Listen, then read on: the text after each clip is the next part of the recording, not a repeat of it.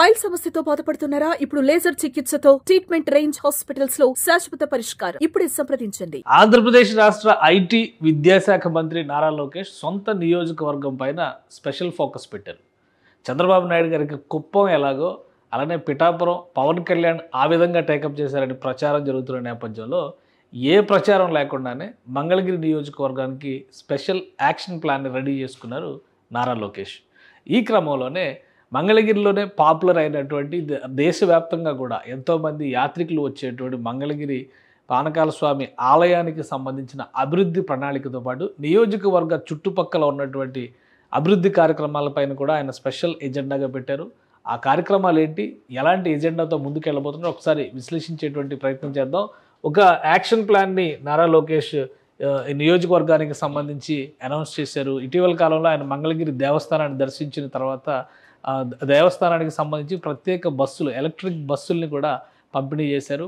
అదే క్రమంలో పరిసర ప్రాంతాల్లో ఉన్నటువంటి ప్రజల తాగునీటి అవసరాలు వీటన్నిటిని అధ్యయనం చేసిన తర్వాత ఎన్నికల ముందర పాదయాత్ర సమయంలో ఇచ్చినటువంటి హామీలను దృష్టిలో పెట్టుకుని ఒక ప్రణాళికని ఆవిష్కరించారు. మొత్తం టోటల్ ఇన్ఫ్రాస్ట్రక్చర్ అంతా కూడా ట్రాన్స్ఫార్మ్ చేయాలి. ముఖ్యంగా హెల్త్ కేర్ సెక్టార్లో ఆధ్యాత్మిక రంగంలో పలు మార్పులు చేయడానికి ప్రణాళికని నారా లోకేష్ సిద్ధం చేసుకున్నారు.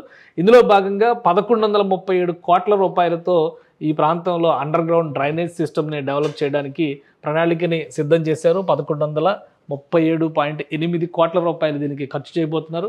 415 కోట్ల రూపాయలతో డ్రింకింగ్ వాటర్ సప్లై ప్రాజెక్ట్ని కూడా క్లియర్ చేసింది ఆంధ్రప్రదేశ్ ప్రభుత్వం. కేంద్ర ప్రభుత్వ సహకారంతో జరుగుతున్నటువంటి స్మార్ట్ సిటీ ప్రాజెక్టులకి సంబంధించినటువంటి అవకాశాలను వినియోగించుకోవడం, అలానే జల్ జీవన్ మిషన్కి సంబంధించినటువంటి పథకాన్ని ఉపయోగించుకోవడం ద్వారా మంగళగిరి నియోజకవర్గంలో తాగునీటి కొరత సమస్యని, భూగర్భ డ్రైనేజీ సమస్యలను పరిష్కరించడానికి లోకేష్ ఒక ప్రణాళికను సిద్ధం చేశారు. దీంతో పాటు 137 కోట్ల రూపాయలతో స్టామ్ వాటర్ డ్రైనేజ్ సిస్టమ్, అంటే వరద సమయంలో నీటి నిర్వహణ, వరద నీటి నిర్వహణకు సంబంధించినటువంటి ప్రణాళికను కూడా అమలు చేసేందుకు ప్లాన్ రెడీ చేసుకున్నారు. ఇక 100 పడకల ఆసుపత్రితో పాటు డయాలసిస్, డీ అడిక్షన్ సెంటర్స్ని ఏర్పాటు చేయాలని చెప్పని రాష్ట్ర ప్రభుత్వం డిసైడ్ చేసింది.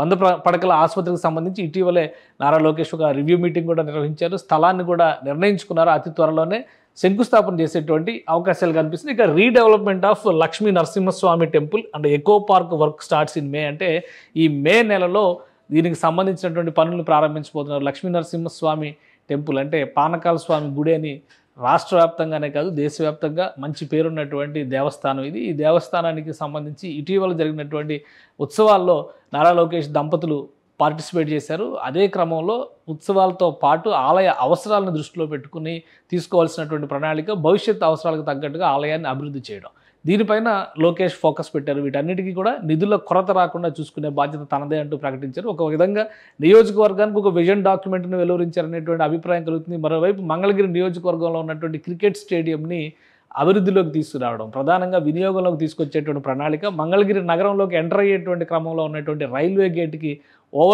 రైల్ ఓవర్ బ్రిడ్జ్ని కూడా అక్కడ కేంద్ర ప్రభుత్వం అప్రూవ్ చేసింది. పూర్తిగా కేంద్ర ప్రభుత్వ నిధులతో 129 కోట్ల రూపాయలతో ఈ రోడ్ ఓవర్ బ్రిడ్జ్ని కూడా నిర్మించబోతున్నారు.